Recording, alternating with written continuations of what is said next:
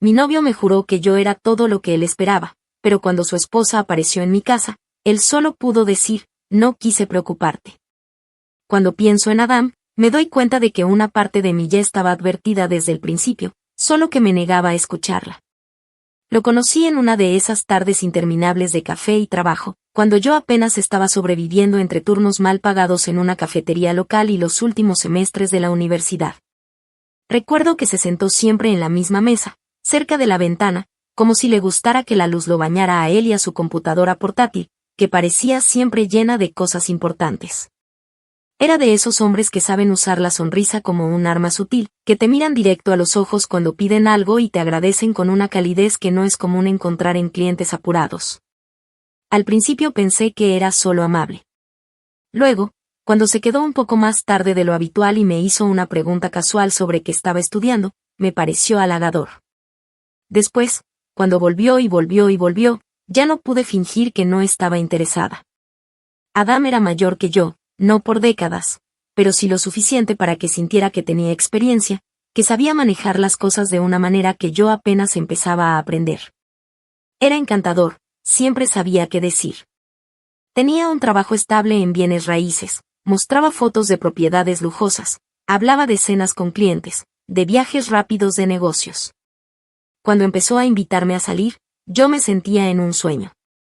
Él era atento, sabía escoger restaurantes bonitos, siempre tenía detalles, flores, chocolates, entradas a conciertos.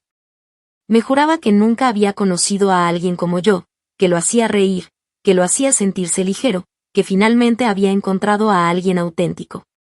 No le pedí esas palabras, no necesitaba esas promesas, pero él las lanzaba constantemente, como si necesitara reafirmar algo en lo que yo ya estaba creyendo. Los meses pasaron rápido, como siempre pasa cuando estás sumergida en una relación que parece fluir sin problemas. Empecé a pasar más tiempo en su apartamento, aunque nunca dormía allí más de 2 o 3 noches seguidas porque él insistía en que prefería ir a mi lugar, que le gustaba mi espacio, que se sentía más cómodo allí. Me parecía raro, pero no cuestionaba demasiado. Pensaba que tal vez era algo de su rutina, de su manera de manejar su vida profesional y personal. Había detalles que hoy, con la cabeza más fría, me doy cuenta de que eran banderas rojas. Cosas como que rara vez hablábamos por videollamadas si él estaba en su apartamento, o que casi nunca lo veía los fines de semana completos porque tenía trabajo o compromisos familiares. Incluso cuando me los mencionaba, nunca me daba demasiados detalles, como si el tema le incomodara. Pero yo, envuelta en la ilusión de lo que teníamos, me convencía de que eso era normal, de que cada pareja tenía sus ritmos. Cuando cumplimos 1 año, me empezó a hablar de que podríamos mudarnos juntos. Dijo que le gustaría que buscáramos algo más amplio, que su lugar estaba demasiado cargado de cosas, que además ya era tiempo de dar ese paso. Yo me sentí emocionada, claro. Empecé a imaginar cómo sería compartir cada día, no solo ratos robados entre semana. Empecé a contarle a mis amigas, a planear mentalmente qué cosas necesitaríamos, a hacer listas mentales de muebles, de colores para decorar, de cómo se vería nuestra vida compartida. No tenía ni idea de que estaba construyendo castillos de arena. Todo explotó un martes cualquiera, de esos en los que crees que nada importante va a pasar. Recuerdo perfectamente que estaba en casa, que acababa de llegar del trabajo, que tenía planeado prepararme algo rápido de cenar, tal vez ver una película. Sonó el timbre y pensé que era algún repartidor, aunque no recordaba haber pedido nada. Cuando abrí la puerta, había una mujer que me miraba con una mezcla de incomodidad, resignación y una calma tensa que nunca voy a olvidar. Me dijo, en un tono que intentaba ser tranquilo pero cargado de algo que no supe identificar al instante, que se llamaba Laura. Dijo que era la esposa de Adam. Que necesitaba hablar conmigo. Me quedé de piedra. Literalmente no pude reaccionar en los primeros segundos. Creo que balbuceé algo como ¿es una broma? Ella negó con la cabeza, suspiró, y me dijo que no era una broma, que necesitaba que yo supiera quién era él realmente. Me pidió entrar. Mi instinto fue negarme, pero había algo en su expresión que me hizo apartarme. Me sentí estúpida, pequeña, expuesta. Ella se sentó en mi sala como si fuera una conocida de toda la vida, como si estuviera acostumbrada a hacer este tipo de visitas.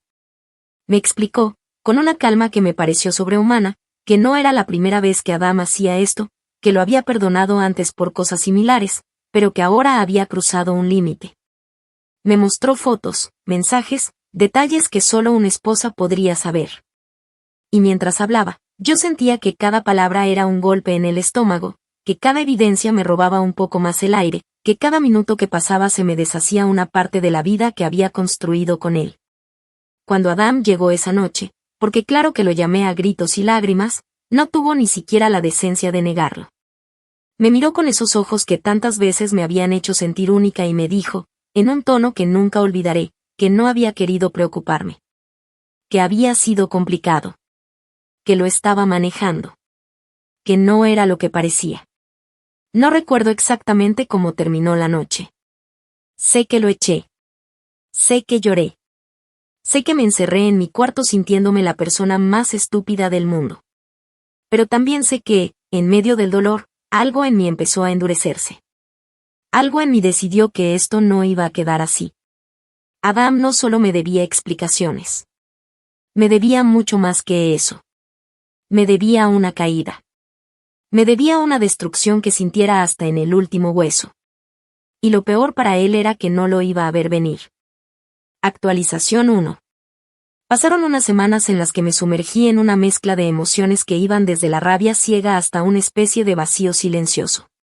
Me había quedado muchas noches despierta, repasando en mi cabeza cada palabra, cada gesto, cada promesa que Adam me había hecho, como si estuviera diseccionando un cadáver emocional. Laura y yo intercambiamos mensajes al principio con cautela, casi como si estuviéramos tanteando el terreno, como dos desconocidas unidas por una traición común. Pero con los días, y sobre todo con las noches largas llenas de insomnio, empecé a darme cuenta de que necesitaba hablar con alguien que entendiera la profundidad del daño.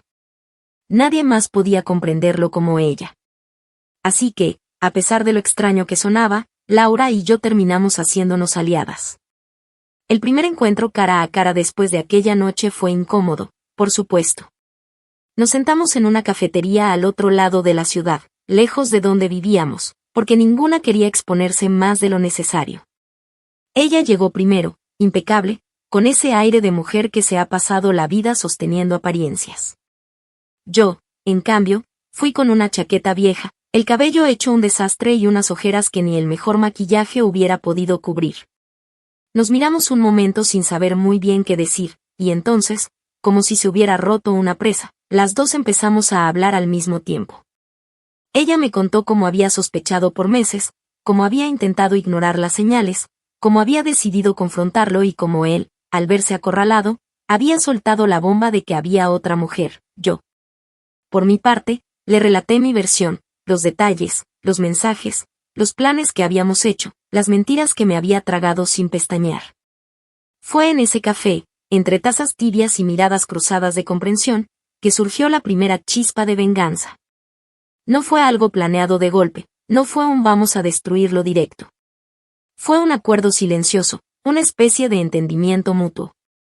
Las dos estábamos hartas de ser las víctimas. Las dos estábamos cansadas de sentirnos usadas, burladas, dejadas atrás como si fuéramos un simple daño colateral. Queríamos algo más. Queríamos que Adam sintiera en carne propia lo que era perderlo todo, lo que era ver cómo cada una de las mentiras que había tejido se le venía encima como una avalancha. Laura tenía algo que yo no tenía, acceso. Conocía las cuentas, los correos, las redes sociales, los contactos laborales. Sabía cuáles eran sus debilidades, sus puntos sensibles. Sabía, por ejemplo, que una de las cosas que más valoraba era su reputación profesional. Adam no era solo un agente de bienes raíces cualquiera. Había construido una imagen pública impecable, esposo ejemplar, padre amoroso, empresario exitoso, un hombre con valores, con visión, con conexiones. Su trabajo dependía no solo de resultados, sino de imagen. Tenía clientes que confiaban en él porque parecía intachable. Si eso se rompía, se le caía todo el castillo de naipes. Mientras Laura me contaba detalles sobre sus negocios, yo iba armando en mi cabeza el rompecabezas de lo que podíamos hacer.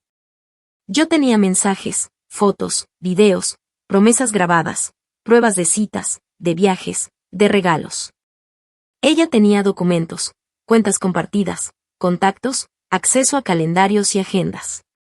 Era como si cada una tuviera la mitad de una bomba perfecta, esperando ser armada. Recuerdo una noche, ya tarde, en la que Laura vino a mi apartamento porque no podíamos arriesgarnos a que nos vieran juntas en público. Nos sentamos en el suelo, rodeadas de papeles, laptops, celulares, vino barato y paquetes de papas fritas. Era ridículo y, al mismo tiempo, catártico. Las dos estábamos allí, aliadas por el dolor, pero impulsadas por algo mucho más oscuro, la necesidad de hacer que Adam pagara. No solo queríamos que supiera que lo sabíamos todo. Queríamos que el mundo lo supiera. Queríamos arrancarle esa máscara perfecta que se había puesto durante años. Empezamos a clasificar todo, fechas, pruebas, capturas, transferencias, fotos. Hicimos carpetas ordenadas como si estuviéramos preparando un caso legal. Y en cierto modo, lo estábamos haciendo. Mientras repasábamos cada archivo, mientras reconstruíamos cada mentira, cada excusa, cada escapada, sentía que algo dentro de mí se iba endureciendo. Ya no era la mujer que lloraba todas las noches preguntándose qué había hecho mal. Ahora era alguien que tenía un objetivo claro. Y la persona a la que iba a destruir era el hombre que me había mirado a los ojos y me había dicho que no quería preocuparme, como si ocultarme una esposa e hijos fuera un detalle menor. A medida que la noche avanzaba y nos quedábamos en silencio, absortas en las pantallas, sentí que Laura me miraba de reojo. Dijo, casi en un susurro, que nunca había imaginado que acabaría planeando una venganza con la otra mujer. Yo me reí, amarga, diciéndole que tampoco había imaginado acabar aliada con la esposa de mi novio. Fue un momento extraño, pero también fue el primer instante en que me sentí fuerte, en que sentí que no estaba sola, en que entendí que no iba a ser solo un grito vacío en el aire. No, esta vez íbamos a hacer que cada mentira que Adam nos había lanzado le costara algo real. Algo grande. Algo que no pudiera reparar ni con disculpas, ni con flores, ni con promesas. Esa noche, mientras la ciudad dormía, Laura y yo sellamos un pacto silencioso. Había empezado el proceso de venganza. Y juro por todo lo que me queda que Adam no iba a ver venir lo que se le venía encima. Actualización 2. Un mes después, las cosas ya habían tomado una forma mucho más definida, aunque por fuera pareciera que yo estaba simplemente rehaciendo mi vida. Para los que me rodeaban, yo era la mujer que había terminado con su novio porque había descubierto una traición, alguien que estaba recomponiéndose, enfocándose en su trabajo, intentando salir adelante. Nadie sabía que por las noches, cuando terminaba mis horas de oficina y llegaba a casa, me sentaba frente a mi laptop a trabajar con Laura. Como si estuviéramos construyendo un proyecto secreto que iba a estallar en cualquier momento. Lo curioso es que ni siquiera me sentía mal por lo que estaba haciendo.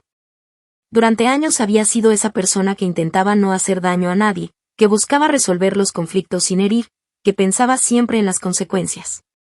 Pero con Adam había cruzado un límite del que no iba a volver. Él me había mentido en la cara durante casi 2 años, me había robado tiempo, energía, confianza, incluso dinero. Había jugado conmigo mientras sostenía otra vida con su esposa e hijos, como si las dos versiones de él pudieran convivir perfectamente sin que nadie saliera herido. Y ahora iba a pagar por cada uno de esos engaños. Laura y yo nos dimos cuenta de algo clave durante esas semanas. Adam vivía por su imagen. Todo lo que hacía, cada movimiento que daba, estaba cuidadosamente pensado para alimentar esa fachada de hombre exitoso, responsable, confiable. No era solo un asunto de pareja, era su marca personal, su carta de presentación ante colegas, clientes, conocidos.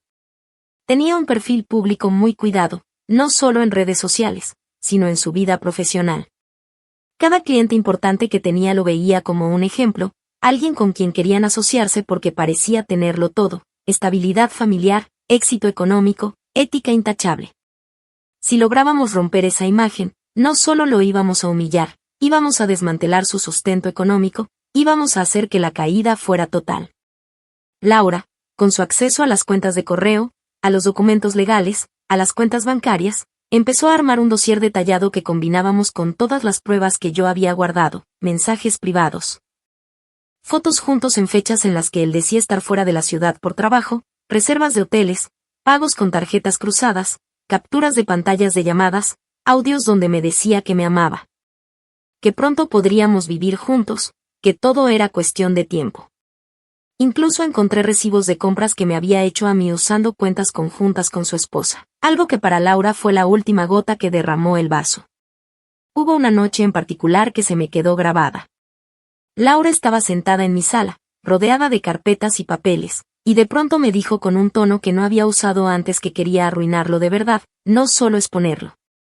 Me explicó que no era suficiente con que la gente supiera que era un infiel.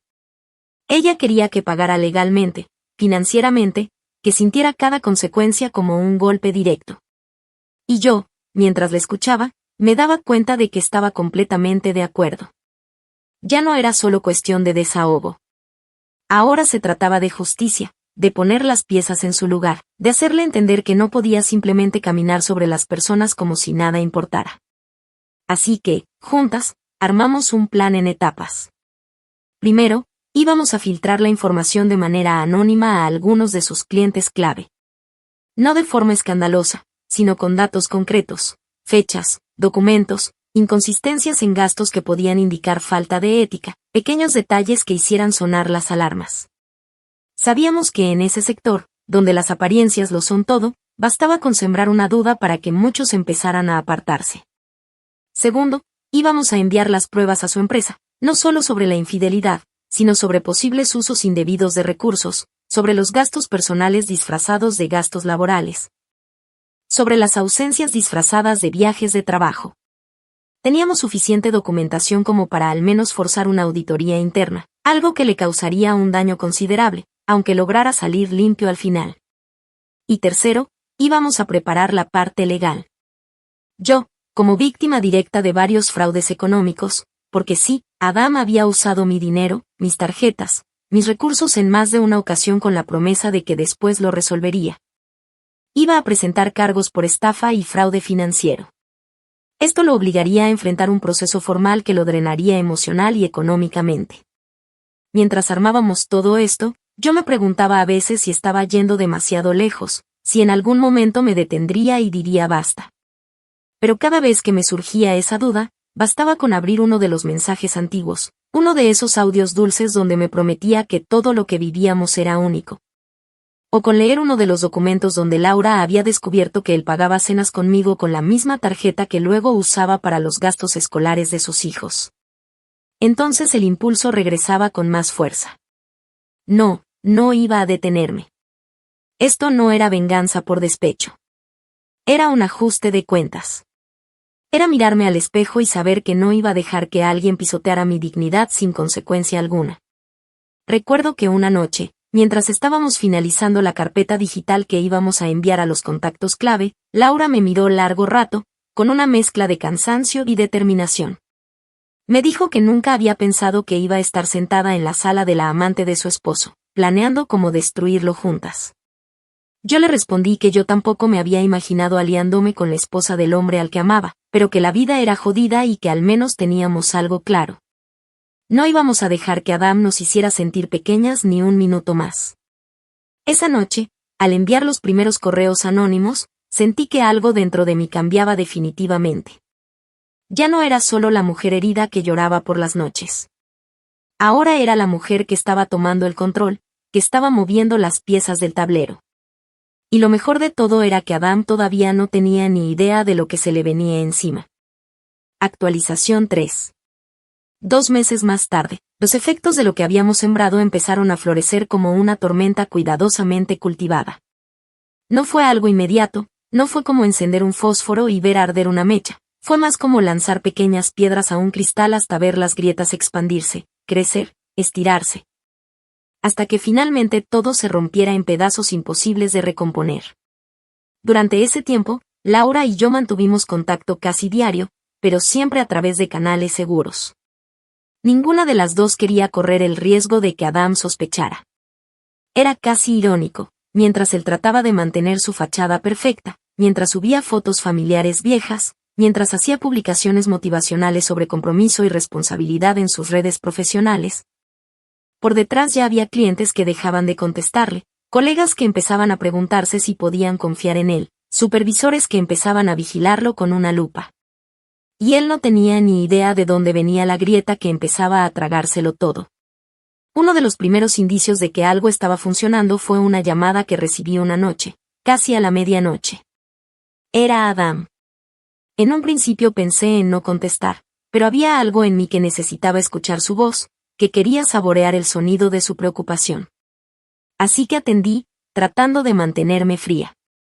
Me dijo, con una voz que intentaba sonar calmada pero que estaba cargada de una tensión apenas contenida, que necesitábamos hablar, que alguien estaba enviando información falsa sobre él a sus contactos.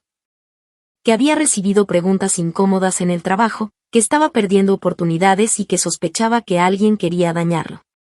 Yo le respondí, con una calma que no sabía que poseía, que lamentaba mucho que estuviera pasando por eso, que esperaba que todo se resolviera pronto, y que, sinceramente, no entendía por qué me estaba llamando a mí. Fue delicioso escuchar el momento exacto en que su voz vaciló, en que comprendió que no iba a obtener de mí el apoyo que probablemente esperaba. Corté la llamada antes de que pudiera decir algo más, me recosté en el sofá y sonreí sola, sintiéndome poderosa como nunca antes. Mientras tanto, Laura avanzaba con su parte. Ella, que al principio parecía la esposa traicionada típica, estaba demostrando ser mucho más letal de lo que cualquiera hubiera sospechado. Sabía exactamente qué cuentas bancarias revisar, qué movimientos reportar, qué inconsistencias financieras empujar para que alguien más levantara sospechas. Gracias a ella, pronto no solo eran clientes los que se apartaban, sino también auditores internos de la empresa, supervisores que querían asegurarse de que no hubiera nada ilegal detrás de las maniobras de Adam. No sabíamos si encontrarían algo lo suficientemente grave como para despedirlo, pero no necesitábamos llegar tan lejos para hacerle daño. Bastaba con que su nombre dejara de ser sinónimo de confianza. Bastaba con que, cada vez que se presentara a una reunión, alguien al otro lado de la mesa pensara ¿será este el hombre del que hablan los rumores? Lo más hermoso de todo era que Adam seguía sin entender de dónde venía el golpe. Me enteré, por amigos en común, que había empezado a volverse paranoico. Que decía que seguramente era un competidor tratando de arruinarlo. Que sospechaba de antiguos socios. Que incluso había empezado a vigilar sus propias redes, intentando encontrar pistas. Lo veían tenso, cada vez más estresado, cada vez menos sonriente. Y yo, mientras tanto, seguía mi vida, salía con amigas, trabajaba, avanzaba en mis proyectos personales, todo mientras por dentro disfrutaba de cada grieta nueva que aparecía en su castillo de mentiras. Uno de los momentos más significativos llegó una tarde, cuando Laura me llamó para contarme que había decidido pedir el divorcio. No era solo un acto simbólico, era una jugada que iba a cambiarle toda la vida a Adam. Ella tenía pruebas suficientes para exigir la custodia completa de los niños, para argumentar infidelidad reiterada, para pedirle una compensación económica. Para dejarlo literalmente colgando de una cuerda financiera. Cuando me lo contó, por un momento me sentí extrañamente culpable. Pero esa culpa se fue tan rápido como vino. Porque Adam no solo había jugado conmigo, había jugado con su familia, con su esposa, con sus hijos, con cada persona que lo había apoyado y confiado en él. Había armado un teatro donde todos éramos actores sin saberlo, donde solo él manejaba los hilos. Ahora esos hilos se le estaban enredando al cuello, y yo estaba lista para ver cómo se apretaban. Recuerdo que esa noche, después de la llamada con Laura, me quedé en la cama mirando al techo, repasando mentalmente todo lo que habíamos logrado hasta ese momento. Era como si estuviera viendo caer fichas de dominó, una tras otra, sabiendo que habíamos empujado la primera con un solo dedo. Y lo mejor era que todavía quedaban piezas por tirar. Todavía no habíamos llegado a la parte legal, a la demanda por fraude, a las deudas acumuladas, a los pagos pendientes. Adam pensaba que lo peor era que la gente ya no confiaba en él. Pobrecito. No tenía ni idea de que lo peor aún estaba por llegar. En ese momento supe, con una claridad que me quemó por dentro, que no iba a detenerme hasta verlo completamente destruido. No porque necesitara vengarme por despecho, no porque quisiera sentirme mejor, sino porque entendía que había una justicia en hacerle pagar por cada pedazo de vida que nos había robado a Laura y a mí. Y porque, por primera vez en mucho tiempo, sentía que yo tenía el control. Actualización 4. Unos meses más tarde, ya nada quedaba en pie de la vida cómoda y exitosa que Adam había presumido durante años. La caída había sido lenta, meticulosa, casi quirúrgica, y cada pequeño desplome había sido un triunfo silencioso para Laura y para mí. Yo había aprendido a moverme por el mundo como si nada pasara, como si fuera simplemente una mujer reconstruyendo su vida después de una decepción amorosa, cuando en realidad llevaba meses tejiendo, junto a su aliada más inesperada, una venganza que ya estaba dejando cicatrices profundas. Adam había perdido varios clientes importantes después de los correos anónimos que enviamos. Aunque nunca se le acusó formalmente de nada ilegal en el entorno laboral, bastaba con que circularan los rumores, bastaba con que aparecieran dudas en los círculos donde antes era intocable. En el mundo de los bienes raíces de lujo, donde cada operación millonaria depende de la confianza y la percepción, bastaba con una mancha pequeña para que los contactos se apartaran. Cuando Laura y yo nos reuníamos a repasar lo que había pasado, porque sí, seguimos encontrándonos a escondidas, celebrando cada avance con un tono casi ceremonial. Ella me contaba que Adam había tenido peleas constantes en casa antes de que finalmente ella le pidiera el divorcio. Al principio él había intentado controlarlo todo, le había suplicado, había usado a los niños como excusa, había prometido cambiar, reconstruir, reinventarse. Pero Laura, con una fuerza que yo admiraba profundamente, le había respondido que ya no había nada que salvar. Que ahora iba a proteger a sus hijos y su patrimonio. Que él había cavado su propia tumba y que debía enfrentar las consecuencias. Yo, mientras tanto, seguía armando mi parte del plan, la demanda por fraude. Muchos pensarían que exageraba, que después de arruinar su reputación ya era suficiente, pero para mí no. Porque el daño que Adam me había hecho no era solo emocional. Había usado mis tarjetas de crédito, había hecho cargos que jamás me devolvió, me había involucrado en gastos que no eran míos. Tenía pruebas, recibos, movimientos bancarios, mensajes donde reconocía deudas. No era una venganza simbólica, era un proceso legal real. Mi abogado fue claro, teníamos un caso sólido. Y aunque no era garantía de un castigo penal fuerte, al menos podía obligarlo a responder económicamente, a desgastarse en un proceso largo. A asumir las consecuencias de cada pequeño abuso financiero que había cometido conmigo. Recuerdo perfectamente el día que Adam recibió la notificación. No estuve presente, claro, pero me lo imagino, el momento en que abre el sobre, cuando lee su nombre, cuando se da cuenta de que no era solo Laura quien lo estaba empujando al abismo, sino yo también. Porque durante semanas me había enviado mensajes intentando reabrir el contacto. Mensajes en los que decía que me amaba, que me extrañaba, que necesitaba explicarse, que había sido un error terrible, que todavía podíamos arreglarlo. Había sido difícil resistirme a contestar, no lo niego. Porque por dentro, una parte herida de mí quería escuchar esas palabras, quería sentirse reivindicada. Pero cada vez que dudaba, cada vez que mi dedo se deslizaba peligrosamente cerca del botón de responder, me obligaba a recordar quién era él realmente. Me obligaba a mirar los papeles, las pruebas, los vacíos, las mentiras. Y entonces me reía para mí misma, respiraba hondo, y dejaba los mensajes sin abrir. Laura me contó que después de recibir la notificación, Adam había tenido un ataque de pánico. Que empezó a llamar a todo el mundo, abogados, amigos, conocidos. Que intentó convencer a su familia de que yo estaba loca, de que era una resentida, de que solo buscaba arruinarlo. Pero nadie quería ya meterse a defenderlo. Había quedado solo, atrapado en las redes que él mismo había tejido. En una de nuestras últimas reuniones, Laura me confesó que había sentido miedo de mí al principio. Que no sabía si podía confiar en la mujer que había sido la amante de su esposo. Que una parte de ella había querido odiarme. Pero que después, con el tiempo, había entendido que yo también había sido una víctima. Que Adam nos había manipulado a las dos, que nos había hecho creer a ambas que éramos el centro de su vida, cuando en realidad éramos solo piezas en su juego. Y que, juntas, habíamos hecho algo que ninguna habría podido hacer sola, derribarlo. Esa noche, cuando me despedí de Laura, caminé de regreso a casa con una sensación extraña. No era felicidad, no exactamente. No era alivio, ni siquiera. Era algo más parecido a una calma densa, a una satisfacción tranquila que se instalaba en lo más profundo. Había cumplido lo que me había prometido a mí misma el día en que Adam cruzó la puerta de mi casa y me dijo, sin una gota de vergüenza, que no había querido preocuparme. Había desmantelado cada rincón de su vida cuidadosamente construida. Lo había hecho pedazos, pedazo por pedazo, sin levantar la voz, sin hacer escándalos, sin caer en escenas de telenovela. Y lo mejor era que todavía faltaba el golpe final. Porque Adam pensaba que ya no podía hundirse más. Pobrecito. No tenía idea de lo que venía. Actualización final. Pasó casi un año desde aquella primera noche en que Laura tocó mi puerta y me reveló el verdadero rostro de Adam.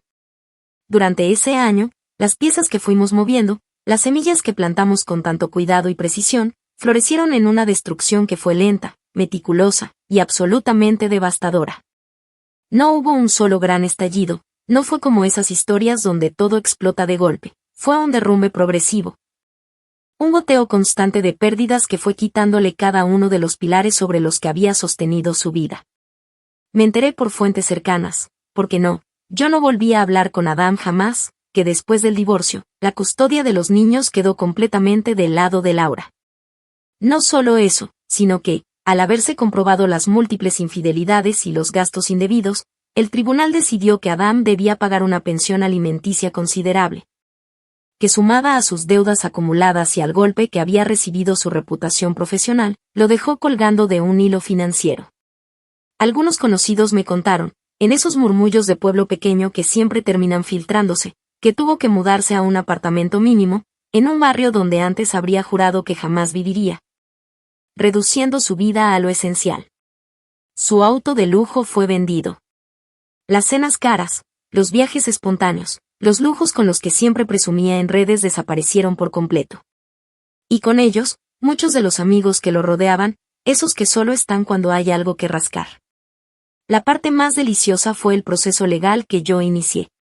Cuando recibí la notificación de que el tribunal fallaba a mi favor, que Adam debía devolverme una suma considerable por el uso indebido de mis tarjetas, por los gastos no autorizados, por los préstamos que había asumido sin intención real de pagar, sentí una mezcla de alivio y de triunfo que me quemó por dentro. No era solo el dinero, aunque, claro, ayudaba mucho recuperar parte de lo perdido, era el símbolo, el reconocimiento formal de que yo había tenido razón, de que no era una mujer resentida inventando historias, sino alguien que había sido manipulada, utilizada, engañada. Adam intentó pelearlo, por supuesto. Mandó cartas a través de sus abogados, intentó desacreditarme, intentó convencer a quien quisiera escucharlo de que yo solo buscaba arruinarlo porque no había superado la relación. Pero a esas alturas, nadie le creía ya. Era demasiado tarde. Sus palabras se perdían en un eco vacío, en un espacio donde ya nadie lo sostenía. Y lo mejor era que yo no necesitaba responder, no necesitaba defenderme, porque las pruebas hablaban por sí mismas. Cada documento, cada recibo, cada mensaje que había guardado durante esos años de relación habían servido para construir un caso sólido, inquebrantable. Hubo un momento, unos meses después de que todo se resolviera, que se me quedó grabado para siempre. Estaba en un café del centro, uno que solía frecuentar antes de conocer a Adam, uno al que había dejado de ir porque me traía recuerdos demasiado cargados. Había decidido volver, como una especie de acto simbólico, de recuperación de espacios. Estaba allí sentada, con un café entre las manos, hojeando un libro, cuando de pronto lo vi entrar. Adam. Entró solo, vestido con ropa que claramente ya no era de diseñador, con un aspecto cansado, desgastado. Me vio, se detuvo un segundo, y nuestros ojos se cruzaron. Pude ver el instante exacto en que me reconoció, en que supo quién era yo, en que probablemente le pasó por la cabeza todo lo que había perdido. Dio un paso como si quisiera acercarse, como si quisiera decir algo, tal vez pedir disculpas, tal vez intentar algún tipo de reconciliación, alguna excusa, alguna palabra inútil. Pero yo simplemente levanté la vista, lo miré fijamente, y sonreí. Una sonrisa pequeña, cerrada, tranquila. La sonrisa de alguien que ya no tiene nada que escuchar, nada que resolver, nada que ajustar. Después, volví mi mirada al libro, sin darle ni un segundo más de atención. Esa fue la última vez que lo vi. Desde entonces, he seguido adelante con mi vida. Terminé la carrera, conseguí un buen trabajo, recuperé mi estabilidad económica, conocí a gente nueva, incluso empecé a salir de nuevo. No fue fácil, no fue rápido, no fue indoloro, pero salí del otro lado más fuerte, más consciente, más atenta a mí misma. Laura, por su parte, también rehizo su vida. Mantenemos contacto, nos escribimos de vez en cuando, casi como dos veteranas de guerra que saben que han compartido algo que nadie más puede entender. Nos ayudamos mutuamente a sobrevivir a un hombre que había querido robarnos todo: tiempo, energía, autoestima, futuro. No me arrepiento ni por un segundo. Porque Adam no era solo un hombre que me había roto el corazón. Era alguien que había construido su vida entera sobre las mentiras, sobre el abuso de la confianza ajena, sobre el uso descarado de las personas. Y si nadie le ponía un alto, iba a seguir haciéndolo, una y otra vez, destrozando a quien se cruzara en su camino. Yo decidí ser esa pared. Yo decidí ser el obstáculo que no vio venir. Y saber que lo logré, que lo detuve, que lo hice enfrentar cada una de sus mentiras, es algo que me acompaña todos los días como un recordatorio de mi propia fuerza. Adam pensó que podía engañarme sin consecuencias. Pensó que podía engañarnos a todas, a mí, a Laura, a sus hijos, a sus colegas, a sus clientes, a su propia familia. Pero al final, lo único que consiguió fue quedarse solo, rodeado de los restos de lo que alguna vez fue su vida perfecta. Y yo, desde mi lugar tranquilo, desde mi espacio recuperado, solo puedo decir que valió cada segundo, cada lágrima, cada noche sin dormir. Porque él me enseñó algo que nunca voy a olvidar: nunca subestimes a la mujer que traicionaste. Porque puede convertirse, silenciosamente, en tu peor pesadilla.